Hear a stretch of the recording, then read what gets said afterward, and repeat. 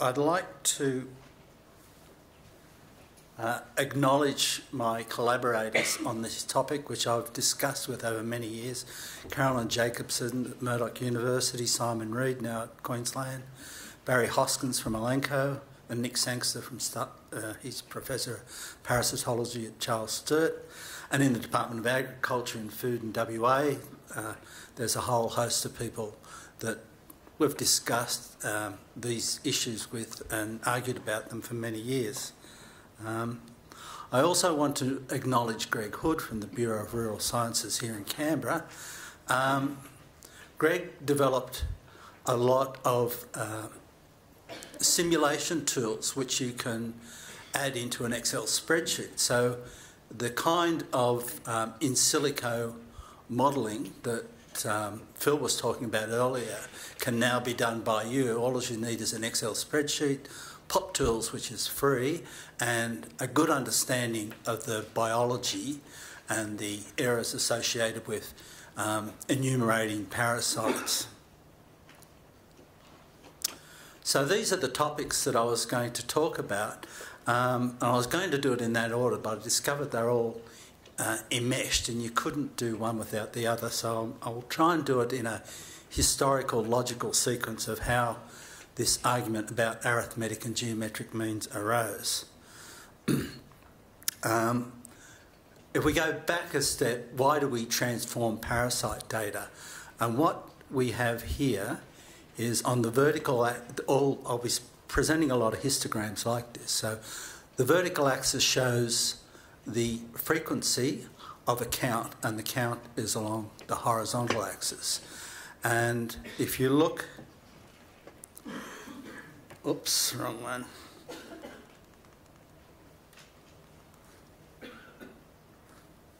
If you look here, this is getting close to a typical normal distribution or bell-shaped curve.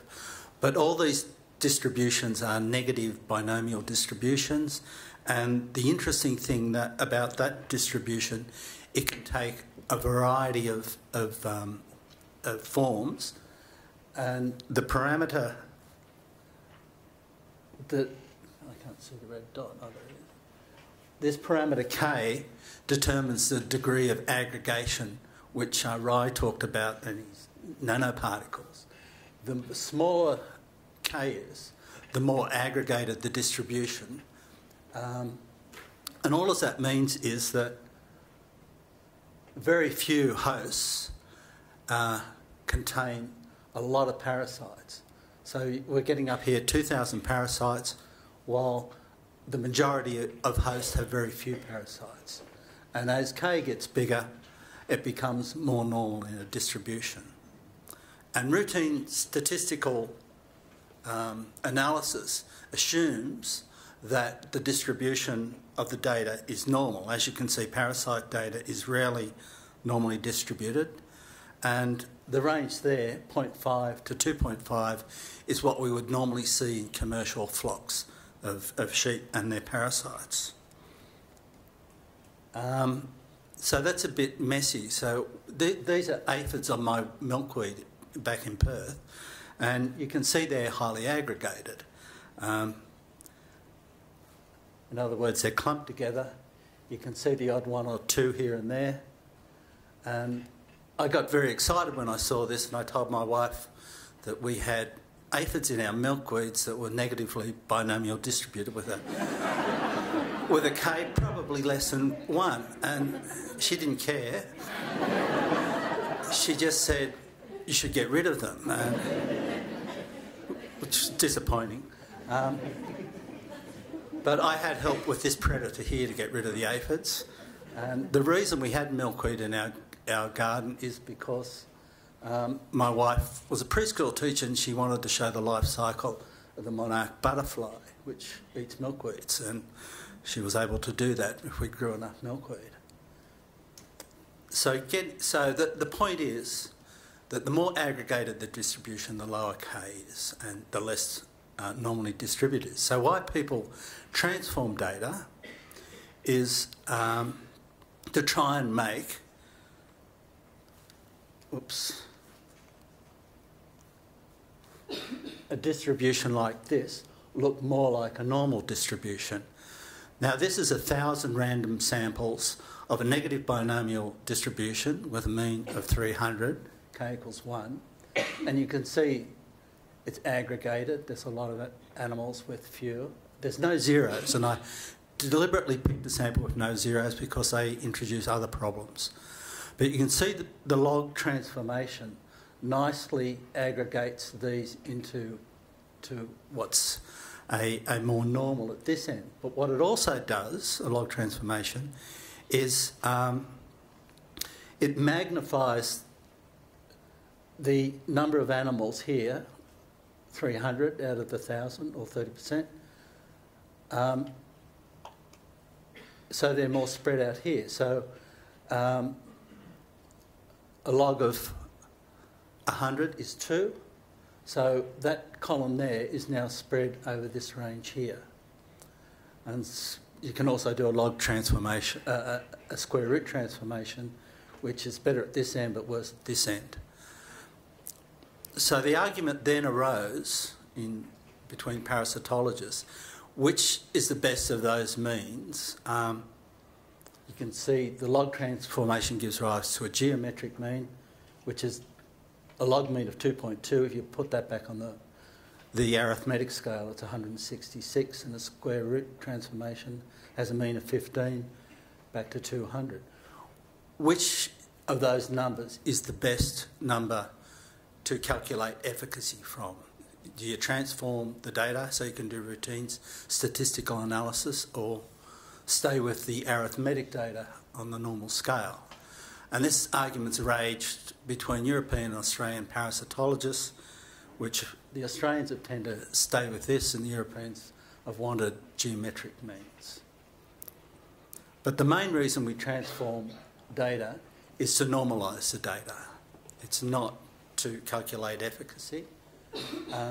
And more important about that transformation is that the variances are approximately equal, say, between the treated and the control group. And that's a standard test on any statistical package that you use for analysis. You should tick that box, and if your transform hasn't normalised or made the variance not roughly equal, then you probably should try another transformation. So that's historically how the argument arose, why we should be transforming data and what's the best one for calculating the efficacy. So on this slide, you can see, for those who don't know what a geometric mean is, how it's calculated. I'll start with the arithmetic mean. You just add the numbers together, you get 10, you divide by 2, and you get an arithmetic mean of 5. For a geometric mean, you multiply the numbers together, give you a product of 16, and then you take the square root of that number, and you get a geometric mean of 4. Fairly simple. The problem arises if you go and take another sample, you know you've got 3 samples and one's 0. The product for the geometric mean is now 0, and that's obviously no longer makes any sense. The arithmetic mean still works, and the way parasitologists and data analysis got around this is to add a constant to all the data, then take it off at the end. So if the 3 numbers, you take the cube root. If it's 10 numbers, you take the 10th power root. So you can add a constant, and normally 1 is the constant added, so you can 0 plus 1, you get 1. 2 goes to 3, 9 goes to 8 goes to 9, the product becomes 27. The cube root's 3, you subtract the 1 that you added in the first place, and you get a geometric mean of 2. And if you add 10, you can see, or 25 or 50, you can get a range of geometric means. And this is a problem that was realised by parasitologists in Australia back in the 70s. Papers were published pointing out to transform data, geometric mean plus 1 was not a useful transform. It didn't normalise the data or make the variances homogeneous. So this is another sample from a negative binomial distribution where the aggregation parameter is 0.5. So we've now got 5% of 0, so we can't easily get a geometric mean. And the sample of this 1,000 animals was 288, so it's close to the population sample. So we do a log plus 1 transformation, a log plus 25 transformation. You get the geometric mean of 87 on the top graph, 133 on the bottom graph. But what you now get here is the zeros are separated from the distribution. So this wrecks your normal assumptions for doing routine statistics. So that becomes a problem for routine statistics.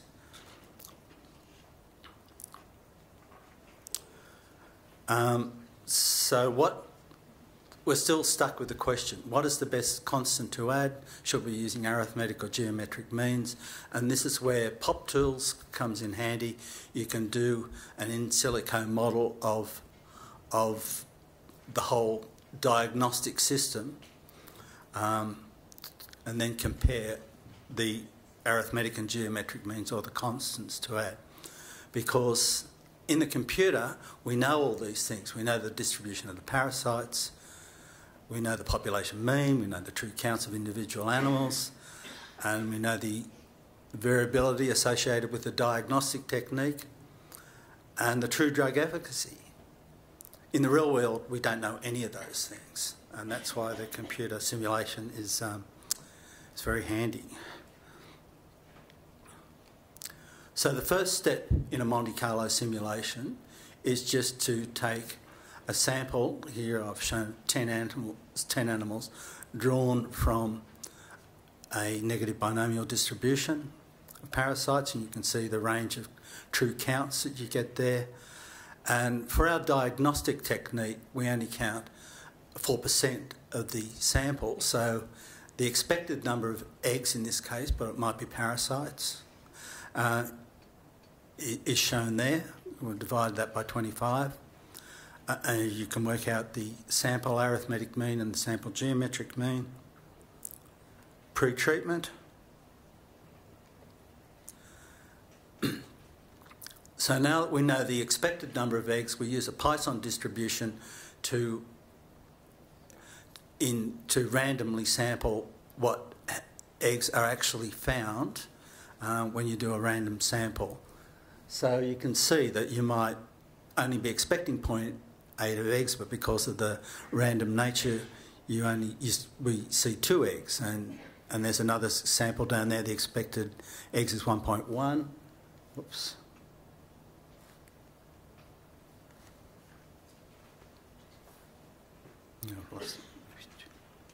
Sorry, I jumped ahead too far. And 0 eggs were seen. And that's normal sampling variability when you're sampling from a random distribution, which is how eggs or worms are dispersed for the diagnostic technique. Then you multiply that by 25 to get back to the observed count. Then you treat the sheep, reduce the true count by 95% to get the post-treatment true count, then the expected number of eggs, and the same process, you get an observed number of eggs in the diagnosis, and you turn it back to the original scale that we put the technique in. And you get 2 estimates of efficacy. One is 96 and one is 98 based on the geometric mean, based on one iteration of a statistical model that you can do in the computer. You then repeat that 10,000 times and save the results. Then you can change K for the aggregation parameter for the negative binomial, and you keep doing that, and then you can see the distribution of results and the average efficacy you get, and then you can check, because it's based on the same data, which gives you the more reliable estimate of efficacy that you know. And this is the results here. The top is efficacy based on arithmetic mean. And you can see the one based on the geometric mean with log count plus 1 is highly biased. It doesn't even include the true efficacy of 95% in the confidence limits of the 10,000 iterations. I've only graphed the first 1,000 of these iterations.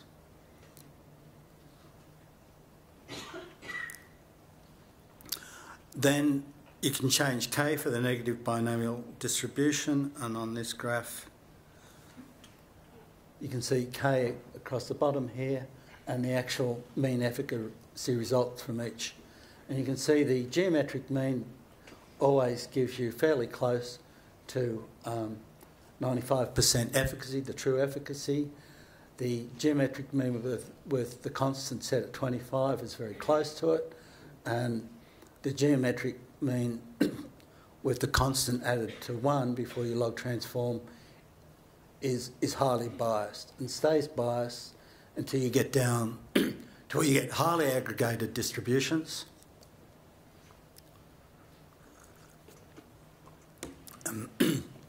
Which is fairly rare, but the geometric means don't work in that situation at all. If we look at the range of estimates,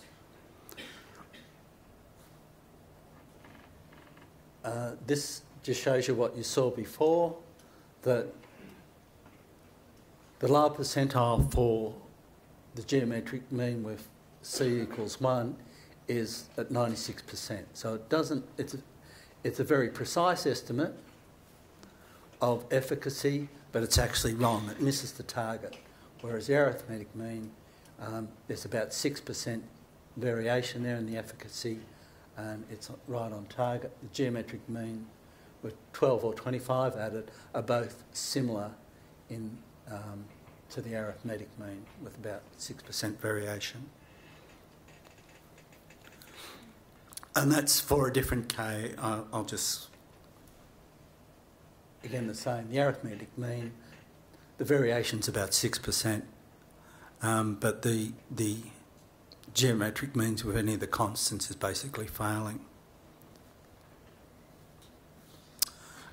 So those examples were examples of an experimental design where you would look at treated and control,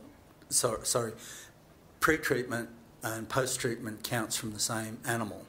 So it's a paired kind of test. If you look at separate, which is common in separate control and treated groups, you get exactly the same sort of results when I do the simulation for that. The only difference between this Monte Carlo simulation and the one before, you take two samples of animals, ones that gets treated, ones that don't. And you can see, again, log plus 1 at the bottom is highly biased, and log plus 25 is close to the arithmetic mean, which works fine.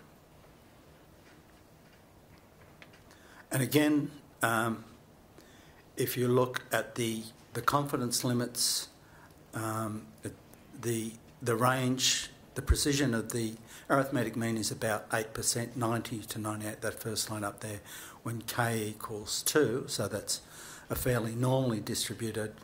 And as as the population becomes more aggregated, k is 0.2 at the bottom, you can see that the confidence limits are wider, which is what you'd expect because there's a wider variation in the population we're sampling from.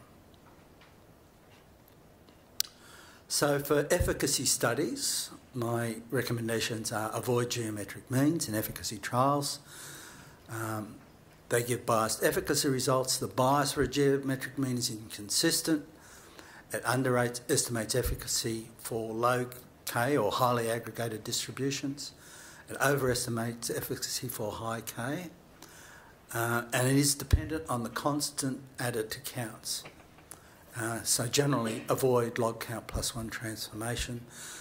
The people who advocate geometric means never actually discuss this constant you add to the logs before taking the transformation. It's as you can see, it's an important issue.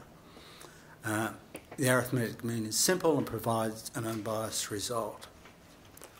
So if we look, I know this is supposed to be new science here, but this goes back a long way in Australian literature.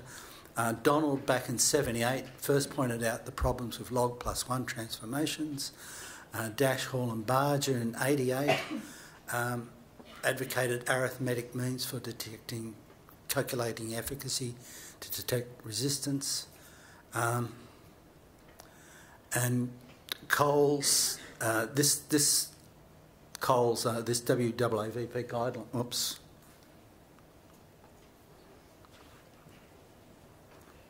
this guideline paper suggests using arithmetic means, and the efficacy came from Richard Jarrett, a Melbourne statistician, who showed how to calculate confidence limits. And in 2009, we published this paper that showed that geometric means were biased. And that was based on the Monte Carlo technique that I've just shown you. There's only one other issue I'd like to touch on, and that's the problem of 100% efficacy. Now, it shouldn't be a problem, it's a really ideal outcome, but the problem is you get all zeros in the treated group. And the routine statistics so it doesn't matter what kind of mean you use. If you've got 100% efficacy, you've got 100%. But the statistics fail when you estimate the confidence limits, and I won't go into that paper, but just show you an example of published data. These are cattle worms from various farms given different drugs, and here you can see that what I want to point out is that when you get 100% efficacy, the confidence limits give you 100, 100, which doesn't make sense when you think about it. And the issue then becomes, because this parasite here, Homunculus placei, is only 10% of the actual eggs seen in this trial, the reliability of that should be a lot less than the reliability where the majority of eggs, let's say Caperia. And if you think about a jumping castle where children go in and there's a whole lot of balls and they like to rummage around, if I ask you how many green balls in that jumping pit, and you handed me 10 balls and none of them are green, I'd say, great, they're 100% not green, or 0% green. That would not be a very reliable estimate, but if I sampled 100 balls from the pit and they were all zero, then you might believe me that they were 0% green. So it's not high-powered statistics, it's common sense. And so when you get 100% efficacy, this is the paradigm shift. The thing that matters is how many eggs or worms or ticks or whatever your parasite is. You put them all in one basket and you can work out your efficacy based on, if it's 100% in particular, based on the amount of eggs you counted pre-treatment or in the control group. And there's a whole branch of statistics devoted this proportion, and I've chosen one called the Jeffreys confidence limit, and that's the lower confidence limit for 100% efficacy based on the total number of eggs or parasites counted. And from this graph, the point is, if you get 100% efficacy, you really want to see 80 to 100% of the organisms, pest organisms, before you're confident that the efficacy is well up above 90%. And that's the function. I think I'll just move that you can slip into an Excel spreadsheet to calculate the confidence limits, and it's based on the total eggs or organisms counted pre-treatment. And that's discussed in this paper by Dobson, Hoskins and a whole lot of people in vet parasitology. So if we go back to that initial set of data, I'm not advocating that the Jeffreys interval be used for this. I was quite happy with these confidence limits. They're a bit tired of the Jeffreys interval, but certainly they give more sensible results when efficacy is 100%. And you can see that basing on the number of organisms counted, you get sensible confidence limits. This is also available on a or similar analysis can be gotten from a Zurich website that does analysis of data and will give you sensible confidence limits when efficacy is 100%.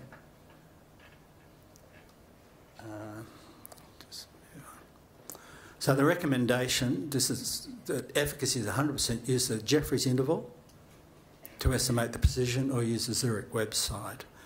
The problems here are no problems that I can think of. Requires awareness of the diagnostic or counting procedures because often we look at the scale, that's a reporting scale, but not the actual diagnostic scale and how many organisms are counted. It's a simple calculation in Excel, or you can enter the data on the Zurich website. So the summary, use arithmetic means to estimate efficacy. If efficacy is 100%, use the 99% confidence intervals based on the Jeffreys interval, and that's the reference paper there, or use the Zurich website. So that's it for me.